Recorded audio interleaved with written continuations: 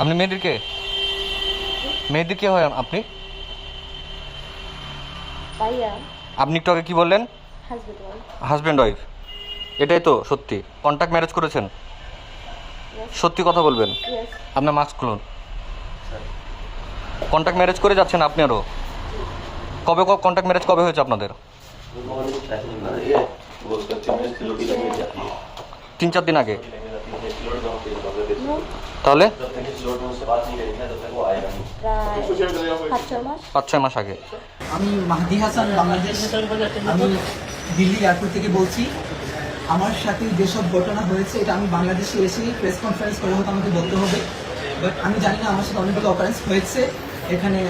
আমাকে প্রায় 40 মিনিটের মতো আমাকে পুলিশ কাস্টডিতে আটকে রাখা হয়েছিল।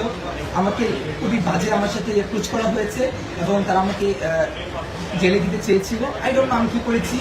এবং আমি বারবার বলেছিলাম যে if I do any kind of illegal work, আমার দেশের সাথে কন্ট্যাক্ট করেন, এম্বাসির সাথে কথা বলেন, আমার কান্ট্রি গভর্নমেন্টের সাথে কথা বলেন, বাট কেউ কিচ্ছু শোনে নাই। তারা আমার সাথে খুবই বাজে আচরণ করেছে। আমাকে যে অ্যাপ্রোচ করেছিল যে আমি এসআই সন্তোষকে কিল করেছি, এজন্য আমার মোবাইলকে even as I international passenger তারা কি আমার প্রাইভেসি চেক করতে পারে?